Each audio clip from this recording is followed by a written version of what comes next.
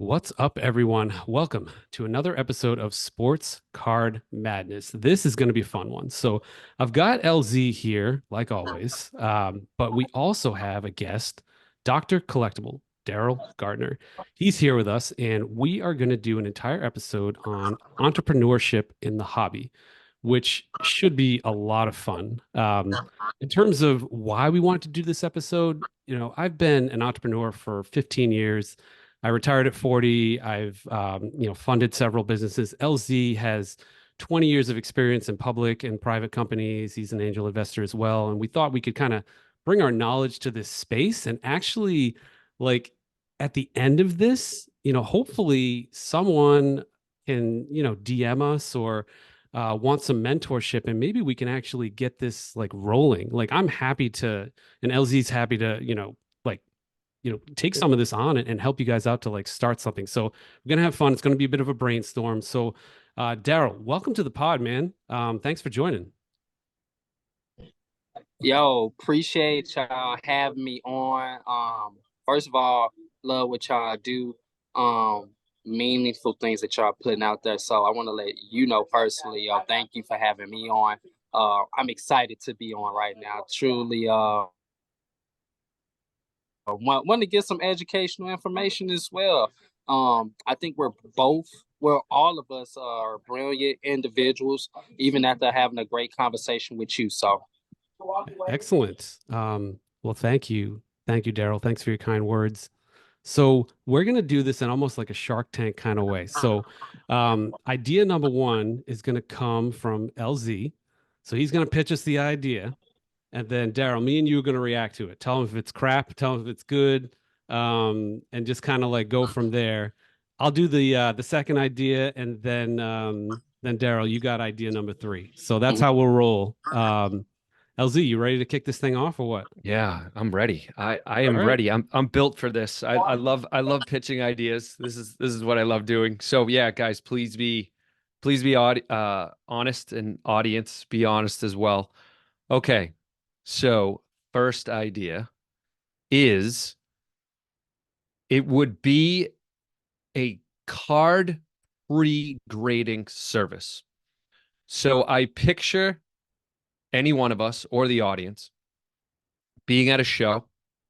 Maybe you're going around to the different tables and there's kind of either that dollar bin or those boxes that just have all the raw cards in it. And you grab some cards, some ones that look interesting, or maybe you even have some at home, and you go over to a table that someone has set up, and they're not grading your cards, but they are going to kind of quote unquote pre-grade your cards. So there are some tools out there. There's kind of these almost like see-through cards that have kind of an overlay of what borders should be, and kind of it helps you measure the borders. Um, so my thinking is, you get some of those tools, get this card that the rulers, maybe a magnifying glass, and you just kind of quickly review the card. I think the more experience you have, Daryl, Nick, I know you guys are probably very good at this already, right? You look at a raw card, you're looking at the borders, you can say just even eyeball, um, this is actually really centered, or maybe it's to the left or to the right. So it would be a little bit of that. And this is something I think kind of any teenager can do. You rent a table at a local card show, talking $50 for a table, maybe a little bit more, let's say $100 at the most, and you charge, I don't know, $5 to $10 a piece to have people come over. You do kind of your quick and dirty grade, and you say, all right, in my opinion, your centering looks really good. Um, 3 out of your 4 corners look good, but there is one corner that maybe is a little iffy. And I did look at it with a magnifying glass, and I actually didn't see any scratches. So I think the surface area is pretty solid too. So I think this would probably get a 9. And again, you charge $5, $10 a pop. Um, so that's it, guys. I don't think there's very much capital involved, other than you got to rent a space, and you need, I don't know, a $10 magnifying glass and a ruler, and that's about it. So what do you guys think? LZ, I like this idea because it's no capital. I'm like a sucker for no capital ideas because, if a young kid wants to start this, they don't have tons of money and everything. So I like that. I also like that it's a skill you can kind of acquire. So you can learn about this for free. Go on YouTube, look at, grading, go on PSA's website, see what you think things will grade for.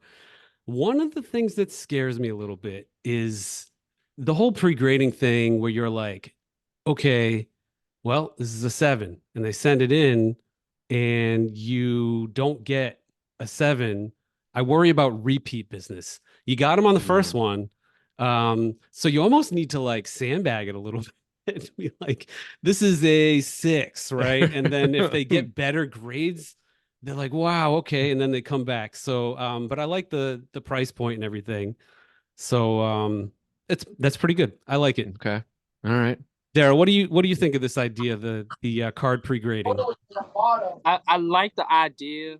Um, there's even a company. I feel like one thing is the capital. I love that portion where you don't have to put up any money.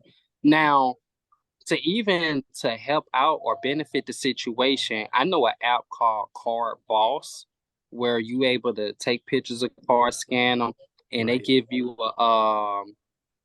basically an idea of what the card will get for its grade wise by using AI technology.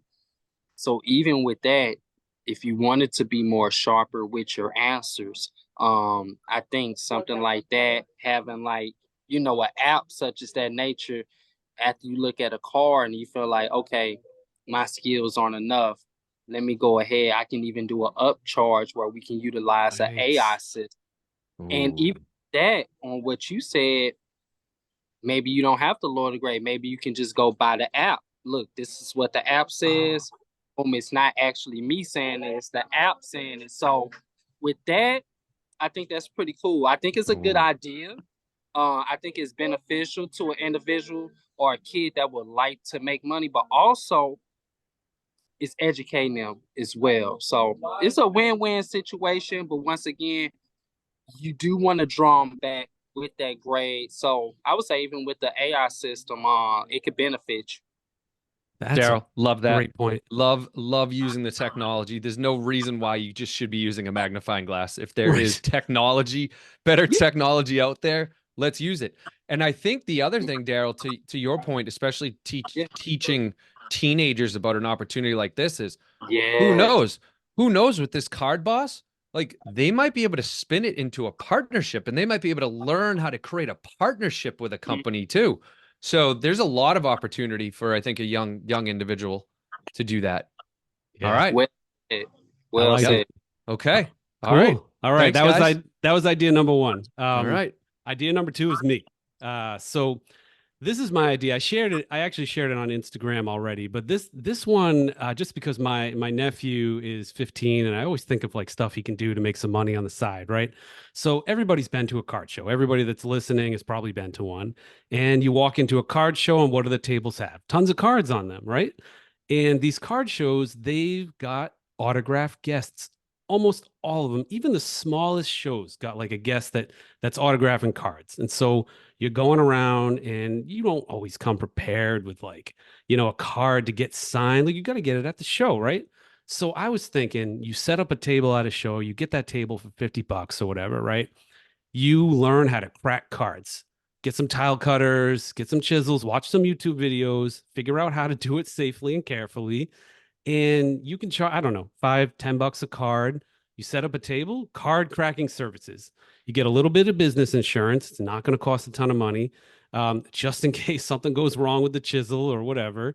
That's happened to me. And you put it up, and I think you can get into this for maybe $100 for the table and supplies, and that's probably like 10 customers. I know 500 people go through even the smallest show that's local, and you get a regional show that could be 5,000 people going through.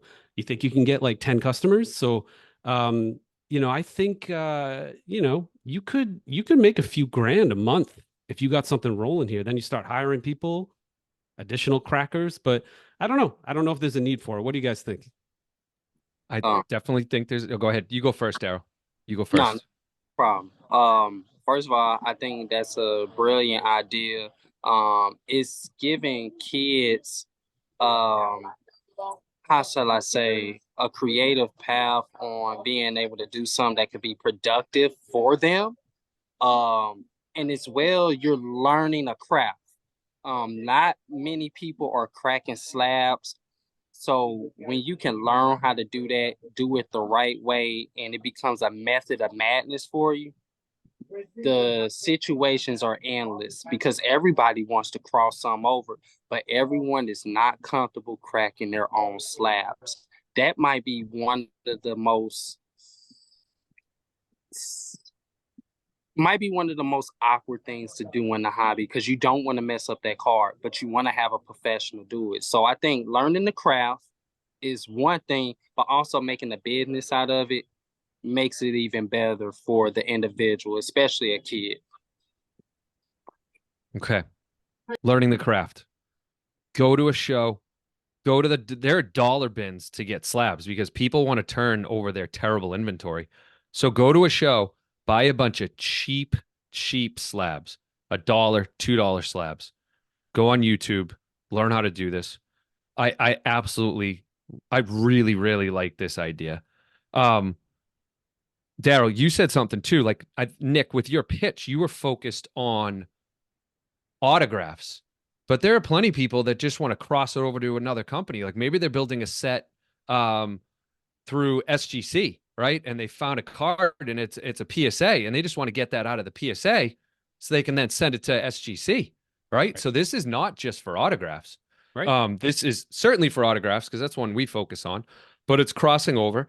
And then for probably the more mature collectors, there are plenty of collectors that look at cards that are in slabs and they're like, why did this thing get graded a 6? This is definitely an 8. So they just want to resubmit it. So I think there's kind of a lot of opportunity for cracking these.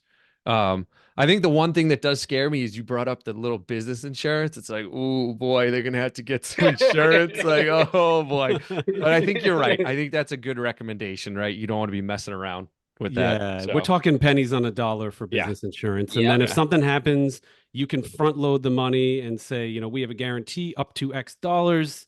And then if it's, I mean, I wouldn't go cracking $10,000 cards like right off the bat, crack some stuff that's like, some low hanging fruit. But yeah, I agree. You got to be careful. yeah. Cool. All right. Like that. All So right, Daryl, you're up. we got idea number 3. What's up, Daryl? What do you got? All right. So this idea, I feel like this goes out to the kids, and what I feel like they can do at shows. And it takes no capital to put up. But I was thinking like a team of kids, especially ones that make content nowadays in the hobby. I feel like coming with a committee, a small committee of kids that is help being ran by the parents.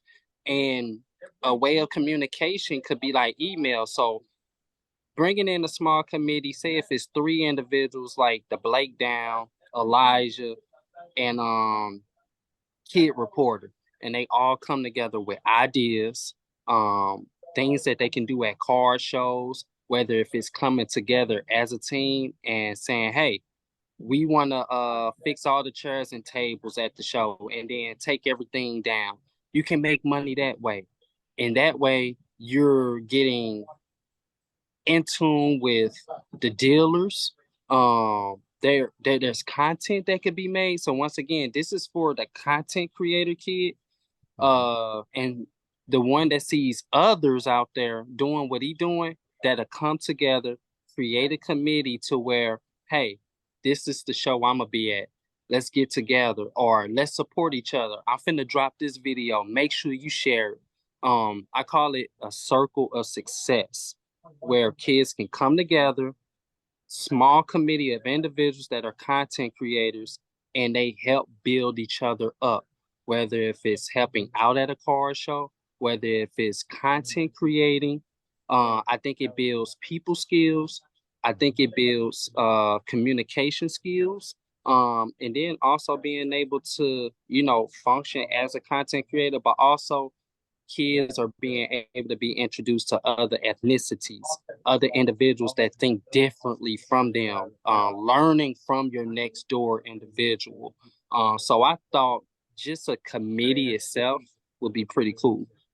Yeah, what's interesting about that is you could Hmm. almost create a VIP atmosphere. So you get this committee of content creators together at the National or something like that, right? And you've already networked yourself and you can get a cheap space from whoever's running the show at the National. And you could do like a almost like a cocktail hour. And it's, there's a fee to get in and there's some sort of membership benefit, something like that. You get X dollars off Like that. this autograph booth or something like that. So it's always good to have like a collaboration or something like that. It's interesting. I guess the trick there would be making sure that you're able to connect with these people who are all probably remote and all over the country. That's probably a bit of a Yeah, challenge. But that's the bit. if you're able to pull that off, you can probably do something there. All right, Daryl. So, couple thoughts around this, and Yes, sir. it's something that Nick actually brought up too. This, if you can get some of these kids to actually realize, like, how almost like powerful and how much influence they have, because you have all of these companies that are trying to understand where the market is going to go, and they want to be picking the brains of the next group of customers that they're eventually going to have, right? Because eventually these kids are 10 years later, they're going to have jobs, they're going to have a disposable income that they can spend. And I think there's actually an opportunity to form a committee like this. And every industry has these, like whether it's the tech industry or the healthcare industry, every industry has these committees where different individuals get together, they talk about issues, they try to solve problems, they talk about opportunities. And you could invite certain companies in to maybe listen to these talks or listen to the feedback, or maybe there's a readout that these kids put together. Like, this was our session, these are the ideas they came up with. And you could then share them with companies to figure out like where the market's going to go. And maybe it's not monetary by sharing it, but it certainly creates a lot of it could be a partnership down the road. It could just be, building relationships. So I think a lot of good could come out of that. Appreciate it. Appreciate it. Yeah. Thank you for y'all thoughts on that one. Yeah. Excellent. Cool. All right. We're All right. Round two. Round two. We got idea number 4. This was one of the first ideas I had in the business. So I know the audience knows I deal in a lot of high-end cards and high-end vintage and autographs and things like that. And I'm obsessed with this movie called Molly's Game. And it's a book too. Essentially, what happens is this girl who kind of bounces around life a little bit, lands in Hollywood as a waitress, and goes from a waitress to putting together a very high stakes poker ring in hotel rooms, getting, Leonardo DiCaprio and other actors together in a room. They pay a fee to get in and they play for 10, $20 million pots. They have security, they have safes, they have the cash, they got everything you need. And there's literally no overhead. It's her and some hors d'oeuvres in a hotel room. And she made millions of dollars on this before it kind of, I don't want to like spoil it for people, but things got a little crazy after that. Up until that point, it was a nice, legit business. So I got to thinking, like, could we do something like this in the card world? Where there's been many times where I've been trying to buy 5-figure cards, and that is a really scary thing. There's a lot of trust involved. There's a lot of cash involved sometimes. There's flights involved, people, things can happen. And I thought, like, well, what if there was like a safe space, like a safe place where we can do this transaction and everything's there for me. There could be a lawyer with contracts ready to go, like boilerplate contracts for a transaction. Boom, you got your sales contract. There could be a notary to say, like, this sale actually happened. Boom. You could even, I mean, I'm thinking, think crazy. You could take a cruise offshore and avoid taxes, something like that, like a high-end cruise. Now, this isn't something a 17-year-old can probably put together, but there may be a version of this. There's different versions, right? That would be like the Hmm. super crazy tier that you could do. But a lesser version of this would be something like the trade nights that happen, where you could charge a fee instead of a free trade night that happens on a hotel floor. You rent a hotel room for a few $100. You get a deal on it or whatever you can. And to get into that hotel room to conduct organized trades, you charge $20 a head or something like that. Maybe you can rip through 300 people into that hotel room, and you've got like a fee, and maybe you do have some hors d'oeuvres, have some nachos, have something there, right? And like have you could probably hire a security guard too if you're doing that, like if you're worried about something getting crazy. So I'm just thinking like some kind of club that you can get in and transact safely. So that's my idea. Yeah, the idea scared me when you first started talking about it, right? Because I was thinking of a teenager. Um, knowing because I've seen that movie. I haven't read the book, but knowing where the movie goes, like things definitely take a turn for the worse. And um, I think you just got to be careful knowing where that line is. But like the last 2 seconds of your pitch, Nick, where you said just create a club. I do wonder if there's something there. There is something there about creating some sort of, let's kind of quote unquote, elite club that you have to pay to belong to. And it opens the doors to a certain level, a certain tier of card that you're looking for. So I think that's it. Now, if we were saying, let's come up with ideas for a 35-year-old, then yeah, maybe Molly's game is, but I like the very end of that with the club idea. Sure. Daryl, what do you Yeah. think? I think it's a very cool idea. Of one to be very cautious about, yes. But the fact that the reason why I think this is pretty dope is because I want to say about 7 years ago when I was heavily into music, um there was a label in Cleveland that was looking for artists, and what they was doing was they had a ballroom where they had people performing, but they was conducting all the business meetings in the hotel room. So there's you as the artist, and there's like three other individuals there asking you questions, things of that nature. So when I think about that, yes, if you put the professional individuals into place, and once again, it could be a safe place. There could be a code word that people may know. You're not just gonna have random people going to the hotel room like that.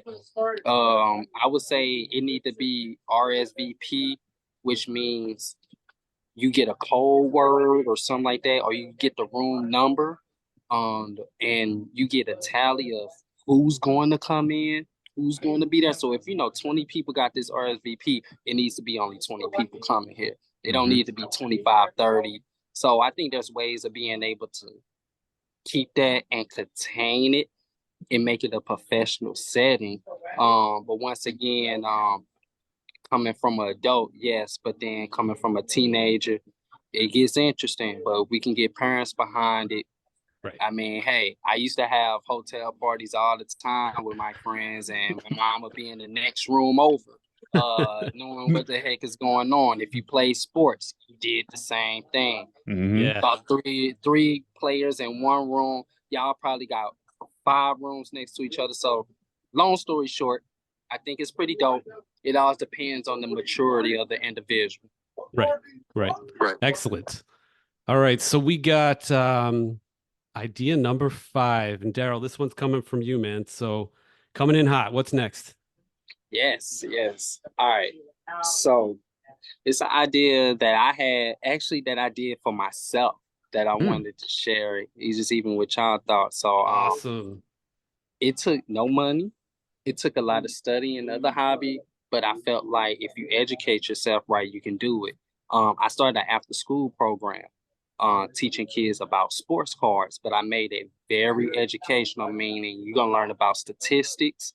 Um, you're gonna learn about the players. You're gonna learn how the statistics of these numbers are brought together. So if your player averaged 17 yards per game, you look at all the games that he played, you should know how to tally that up, which means you're exposing kids to sports cards. you're exposing kids to learn something about sports cards.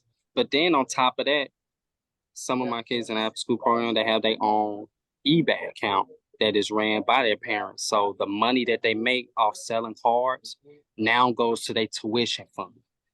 It's what they've been collecting, not buying, but what they've been collecting uh, now can be put up for auction. That Pokemon card that they looking to sell now, okay, boom, they sold it. They learned the principles of knowing how to collect, knowing how to sell, and other aspects on that on being a business individual. So once again, I think even creating a program for kids, once again, making it educational, knowing where you want to do it at. Like I say, I feel like that's the most money you would be looking into is finding that space to have that. But I think it takes little or no money to be able to do it. You just got to make it educational and make it kid friendly and want parents to get into it. So that was an Awesome. idea. It's something like I said, I did for myself, but just curious to hear even y'all thoughts on that. Yeah. So this it's cool. I got a couple strong thoughts about this. So Yeah. this is what I call a hit the pavement business. So you can pull this off with just some grinding. All schools across the country will enjoy an entrepreneurship or something. I mean, that you'd have to spin this in a way that it benefits the school and the children in the Yep. school and it matches the curriculum.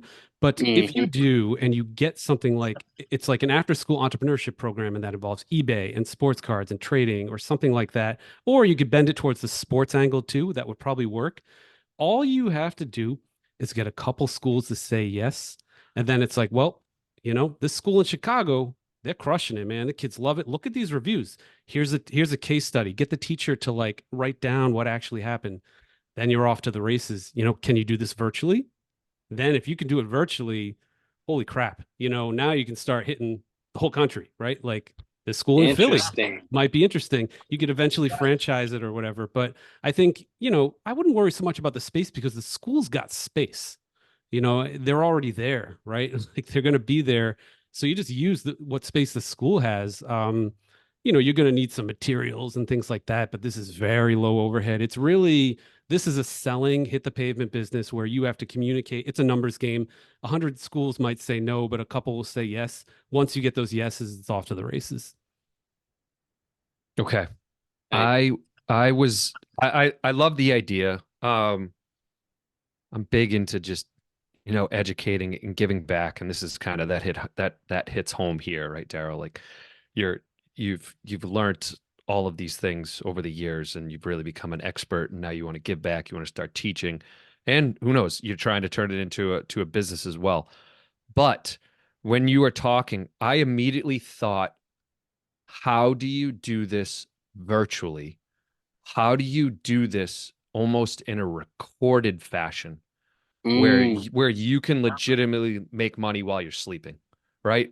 I think let's just like use you. Like if you were to do it, you are not your typical boring high school teacher, right? You're just like a cool guy that like people look up to. You're a face on Instagram and people would like love learning from you. Or let's even bring it back like if a teenager wanted to do this, like think about like learning from one of your peers as opposed to this boring teacher that you're used to listening to in high school, right? yep. And you do wonder if you could record it. And maybe it's one of those kind of content creators like you were talking about earlier, Daryl, right? Someone who's really good at creating content, kind of flashy, makes his videos appealing, he or she, and you find a way to get it out there. You create like this online learning platform that is just cool, right? It's not learning math in the boring way. It's like, you know what? You're going to learn math and business, but I'm going to bring sports to statistics in there. I'm going to bring card collecting in there. I'm going to bring entrepreneurship in there. And it could be like this very interesting way of learning many different subjects. Right. It could be cool. That the Be school has cool. to pay a subscription fee to access. Yeah. Interesting. Yeah. Mhm. I never thought about it that way. Y'all just blew my mind with that one. I'm All so right. serious. That was a good one. That All was a good right, Yeah. one. good. That was a Thank you, good one. Daryl. All right, so we are on to idea number 6. This one is from LZ, right? Okay. This one, we've been talking about capital and how you need capital. And most of them we said, well, you're going to need a little bit of capital. I actually don't think you need any capital for this idea. Like literally nothing. You need maybe an online presence, whatever, Facebook, Instagram. I whenever whenever I go to places, I studied innovation back when I used to go to school. And one of the things, it's called ethnography studying. And what you do is you go anywhere and you just start watching people, looking for problems. And when you find a problem, maybe something that they're having difficulty with, you kind of say to yourself, well, what sort of solution could I come up with to kind of help them with this problem? So one of the problems that I see at a show, this is going to have an autograph focus again. I know we focus on autographs a lot, but this is, you go to a show and you want to get your favorite celebrity, your favorite athlete's autograph, and you pay whatever amount of dollars to get into the show. You pay X amount of dollars to get your autograph, and all this great stuff is happening in the other room where all the tables are, and you are in another room standing in line waiting to get your autograph for, it could be an hour. I have been in line for close to an hour waiting for an autograph at an autograph show. And while I'm waiting in line, I'm saying to myself, I'm definitely missing out on any deals happening in that other room. I'm thinking about all those steals, all these cards that I wanted to get that somebody else is getting now. So that is a problem. And I believe a teenager could set up a service where he or she will wait in line for you. You will charge $5 a card, $10 a card. Maybe it's even a tier pricing where you say, all right, I'm going to charge you $10, but if I get more than 20 people or 20 cards, I'm only going to charge you $5 a card. And you have maybe 3 different shifts. The first shift is at 10 a.m. So you're taking orders. 10 a.m. is the first time I'm going to get in line, everybody. You can meet me at the front door, or maybe you get a booth if you want to make it really official. Meet me at my booth or the corner, and I'll collect your cards. Um, and you give me the tickets that you have to get the autographs, and I'll just go wait in line for you, and you can go have fun in the collector's room and do whatever you want. And then you get all the cards and you say, meet me back at my table in an hour, and I'll have all the cards for you. So that is literally zero capital. What do you guys think? Man, it's like line filling or line sitting is an actual real business. So you get like the Jimmy Fallon show, the literal, you cannot buy Jimmy Fallon tickets. You have to wait in line, and people pay hundreds of dollars to have people literally sit in line so you can get his tickets. It happens at concerts, it happens everywhere. Time is money, so you're happy to trade some money to get that time back.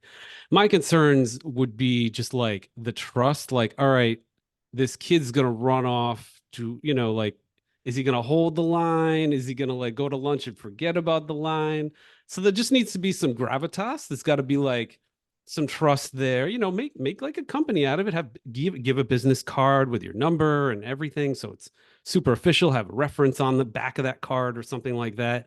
And I think as long as the trust is there, like, hell yeah. I mean, who's not gonna, if somebody came up to me and said, like, hey, do you not want to wait in line? You can pay me at the end, then I would do it. If somebody wanted the money first, I'd be like, that's a little weird, because you just like leave. But as long as they got the money at the end, I think it would be okay. Mm. Okay. I like the idea. It's two things was what he mentioned as well, was that that trust factor. But I think a good way of building trust is either having a police officer escort or a security guard that's already working there to help just escort that individual back and forth to where you can gain that trust.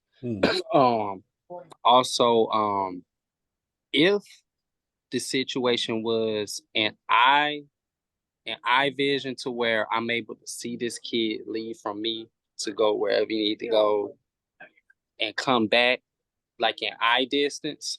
And I'm able to see the whole thing. So it depends on how the line is dressed up, how far the individual has to go. But I think it's a service that could be in place. If at the national, you got people paying an extra $100 in order to skip lines, then I'm pretty sure somebody will be willing to pay an individual to go around, come with them items, get that autograph. Now, yes, you are going to miss the opportunity of seeing that person. That's the other key portion. If you really wanted to meet so and so and get that autograph and have that experience, yes.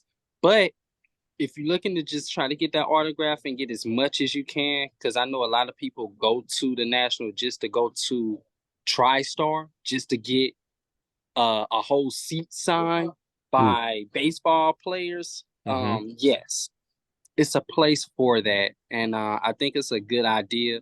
It's once again just building that trust factor, and I think that could be done with either a police officer or a security guard that's already working the event. Or what about just your mother? Maybe you can convince your mother to come with you. Your mother's trusting, or your grandmother. Maybe My you have a healthy grandmother, right?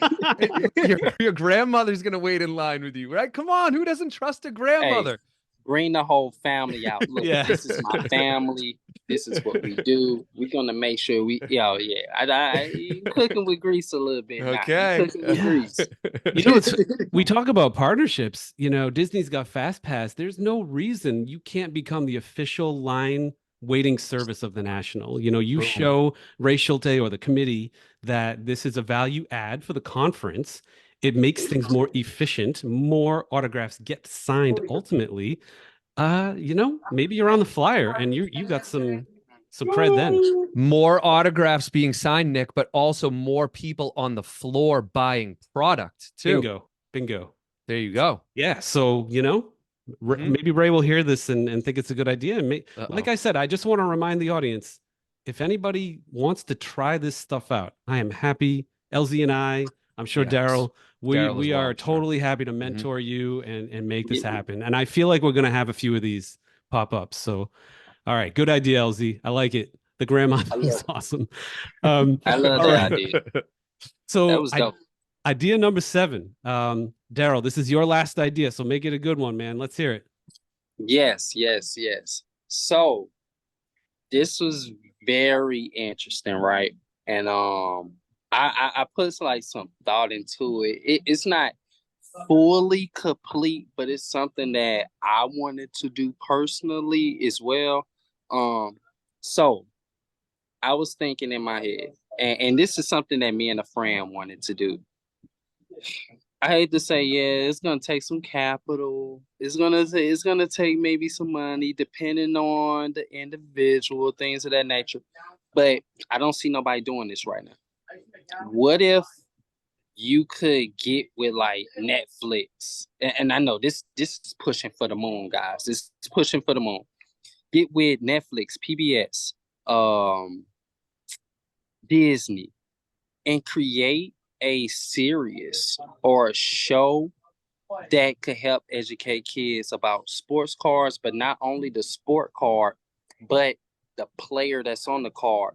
So I was thinking in my head, you had Magic School Bus meets My Friend Mark. And basically it's kids that go to a car shop. They see this guy that works at the car shop and he tells them, hey, have you heard about this card? And when they touch the card or the graded card, say if it's Muhammad Ali, they go back in time and they learn about Muhammad Ali. Whether if it's even a 5-second series where you can get someone to make this on Fiverr for like $20 or $50 or something like that. But once again, I think if you could get someone like Netflix, Disney behind it, you can make it very educational. Once again, kids go to a car shop, they grab the car, and all of a sudden they go back, Muhammad Ali, and they learn about how many punches did he throw in the fight, or they learn about his ethnicity, where he's from. You learn about the state that he grew up in. What's the state flag? What's the state food? You learn about so much, not just only the player, but as well their culture. And you can do this with guys like Michael Phelps, Serena Williams, Tom Brady, Kobe Bryant. I just thought some like a mini short series that you can get done by somebody on Fiverr for like $25, $50 an episode, and be able to pitch it off to someone like Netflix and really get the ball rolling. Like I say, it's pushing for the stars, but I think it's an idea that nobody is not particularly doing in the hobby. Daryl, I don't think it's pushing for the stars. I think your idea, it's a good idea, but your idea, you're trying to like very quickly go too far with it. Okay. What I think you can do, Thank why can't you create these on your own with the help of Fiverr on YouTube? Exactly. It's all about content. You know about content. Content is key, right? Like it's all around just building these. Tell yourself that all right, maybe you have to mow a bunch of lawns, okay? So you're mowing lawns on the weekend to have a capital of $50 a week to go and you tell yourself, I'm going to create 3 of these every week or maybe even 1 every week. And yeah. a year later, you got 50, you got 100 of these things. And then you go to Netflix or Exactly. PBS or Sports Illustrated for Kids or any one of these big companies and you say, hey, look at all this content I've created. That's what you do. Right. I like that. What LZ's talking about here is leverage. So in scenario A, you're going to Netflix and begging or trying and trying to get on. You don't want to do that. You want to come back when there's leverage. You want to have a successful YouTube channel that's getting traction that Netflix is jealous of and they would love to have a piece of.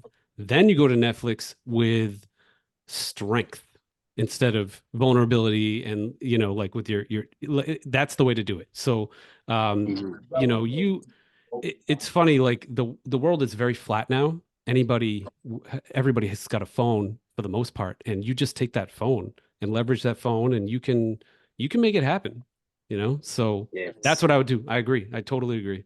Mm-hmm. No, I thanks. love I love the Thanks. whole magic school bus thing that you said. Like Yeah. it's all about kind of telling a story and framing it the right way. You did a really good job of framing it. I thought what I thought of was kind of the Saturday morning like cartoon informative Yes. shows that I used to watch when I was a kid. And that's like immediately what I Boom. thought of. Reading Boom. Rainbow. Yeah, reading Rainbow, exactly. Yeah. Oh Yeah. man. All Mm-hmm. right, awesome. So that was idea number 7. We got 2 Mm-hmm. Yep. more left. This is idea number 8. This is my last idea. Yes, All sir. right. So we're gonna call this card hunting. My Instagram is Boston Card Hunter, so why not? This is something I deal with all the time. So I have to find really rare stuff, and it drives me nuts. And I have to network like crazy. I gotta join 12 Facebook groups. I gotta watch 12 auctions. I gotta talk to people. I gotta go on Instagram, and I gotta beg and just look everywhere I possibly can on Earth to find the cards I need. And I actually have put out there many times a finder's fee, sometimes as much as $500. And I have paid it multiple times. And I've just said, hey, you find this, no questions asked, just for the introduction to the person who has the card, $500. And I paid it. And I was thinking, this is almost like club promoting. Like back in the day, like you're just trying to network the right people into the right place, and you are being paid as a conduit, like you are the mechanism to make that happen. So my idea is you maybe you started on Instagram, maybe you started on Facebook, but you are the networker of cards. Like there is not a card in the world you can't find or a person you can't connect with, and you charge for that service. It could be a percentage of the ultimate purchase price, or it could be a flat fee, depending on how it works out. And all you are is a networker. This is literally free. So I don't know. What do you guys Mm-hmm. think? It is free. It is free. Um, I love using your strength, right? You've built up you've built up this Rolodex or this group of contacts, and you're just going to try to monetize it, which I love. Um, I guess the only thing I'm thinking of, especially with our focus, so maybe this actually isn't for is this, did you have this in mind for a teenager? Could a teenager do this, Nick? You know, maybe they could find lower end cards and it's Mm-hmm. like a $10 finder's fee. All of this is scalable, right? Yep. Like, you can scale down. You could find $100 rookie card and charge $5 for finding it. Although, and some of those parallels are tough to find. They may not be a ton of money and they're just tough because Mm-hmm. there's so many. Mm-hmm.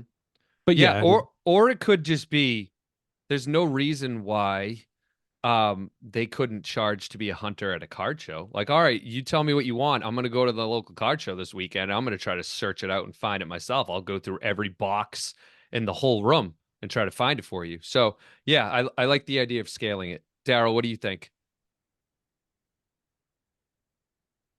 So for me personally, when I think about this idea, I think of like an app called Middleman, where like Mm, like for card collectors, like so this could work on two different aspects. The people that know how to do networking and know how to find what you can find, what you need to find, far as in cards, it can be like a service where like, hey, you pay for the service, it's a monthly service or something like that, and people pay for it for people to help find them cards. And let's say even with that being said, let's say there's a certain card of a player that you're looking for. Go to every auction house, go to everything that you can find on that 2002 card on Kobe Bryant, wherever it is, and find them 2002 cards for me. I think even like an app like that itself could work out, or like you said, something called like the middleman, where you are a service, you are a networking service where I can find what you need, no matter what. mhm. It's a dope idea. And even on top of that, really don't have to put up the money. If you good with networking, it should come easy to you. I think it should be A+ service. So I actually like that idea. It's really all about the hard work, what you know, and who you know. yeah. Mhm, That's gonna be the biggest thing. And mhm. then even if that business doesn't work out, think of the value of that network. So you now have met these people that they could benefit your life and who knows what ways, right? So So Daryl, you said one thing, and Nick, you said in the previous thing, time is money. And Daryl, what you said, something else clicked around the teenager thing. Mm-hmm. You as a teenager could certainly have bookmarked on your web browser, let's call it 50 websites. There's a bunch of auction houses, there's Facebook pages, there's Instagram, there's all these different websites where you know you can find cards. And you get some adult who doesn't have the time to go try to find that Kobe Bryant card. Mm-hmm. There's no reason why you can't go and search and research and find that card. It doesn't necessarily even mean you have to talk to somebody. You just know all the websites, the Reddit feeds, the Craigslist sites, whatever it is, and you just go one by one down looking for it for those people. So that could be another way of Yes. starting too. excellent. I Yeah. agree. I agree. I Yep. had someone look for a Dennis Rodman card that I was looking for 2 years. I asked someone about it. They say, "Yeah, I know where you can find that card." Man, they sent me that card in 5 minutes. Oh, I was sick. I was like, "Yo, I was looking for this card for 2 years, and they found it in 5 minutes." there Mhm. you go. And, yeah, and the only person I knew that had it, they was in Paris. So once again, yeah, Yeah. All right. I Yeah. think I like that idea because it helped benefit me. I told the guy, I was like, yo, I pay you. Like you didn't have to find that car. He was like, bro, you good. I know you wanted it. So That's great. Nice. Well, we Love it. always joke about the middleman, but sometimes the middleman does pretty well. So, Mm-hmm. all yeah, right. that sounds Mm-hmm. like middleman. I I like like that. that. All right.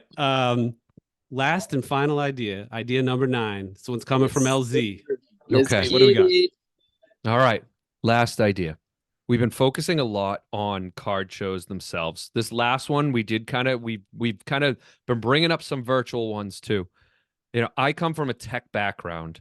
So I do actually want to talk to the audience. Maybe there is some teenagers in the audience that maybe is really interested in engineering, maybe has kind of built some simple app before and maybe wants to take on this challenge. So this one is not like a short-term one. There's going to be a little bit of time needed for this.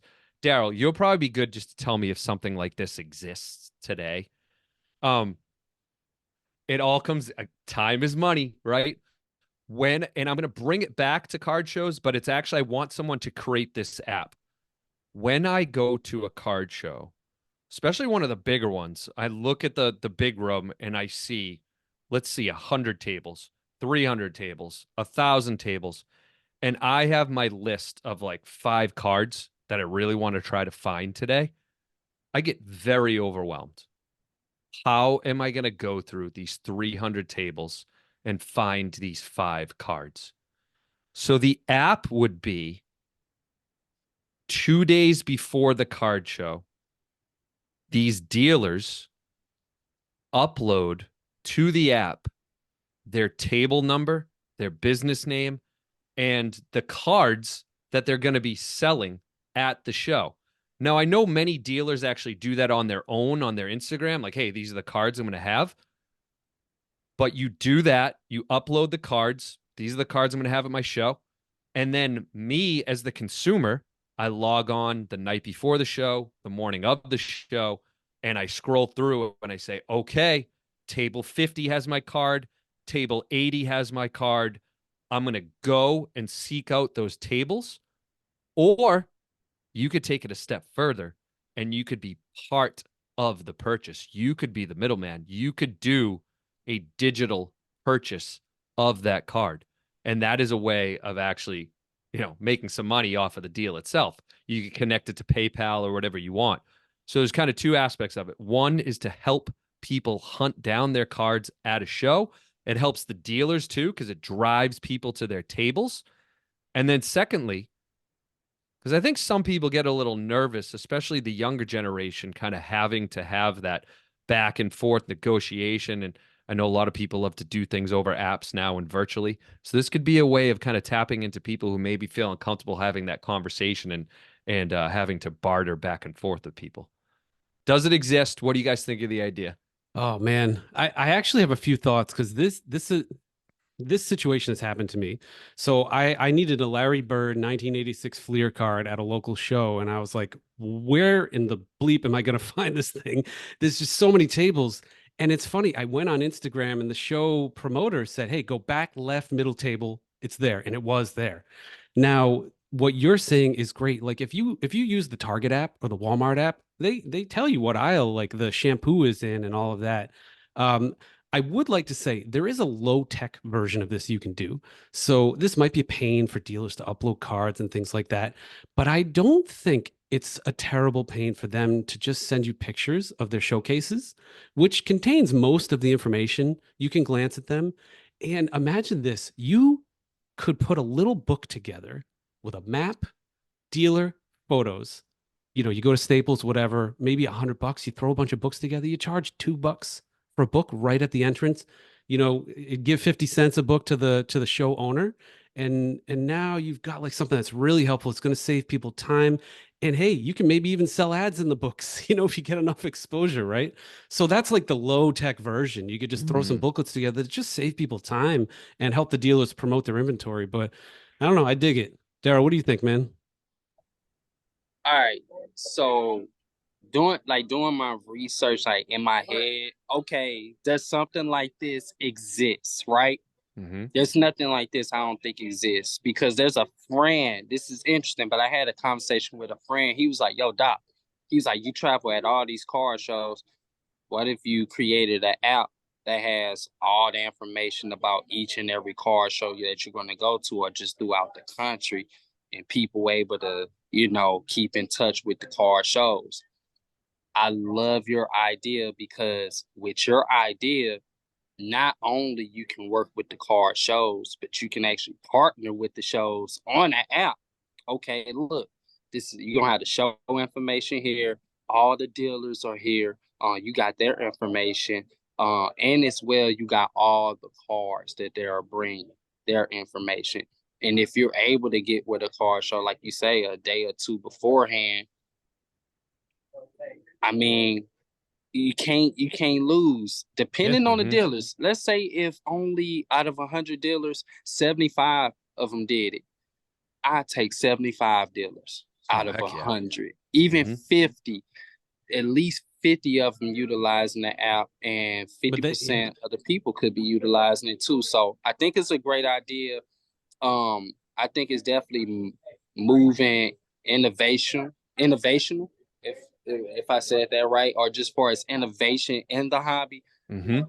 That right there, what you just explained, that's it. And I'm Love it. not sure if it was something bad I could like say about it. You know what I'm saying? Like I think that's pretty dope.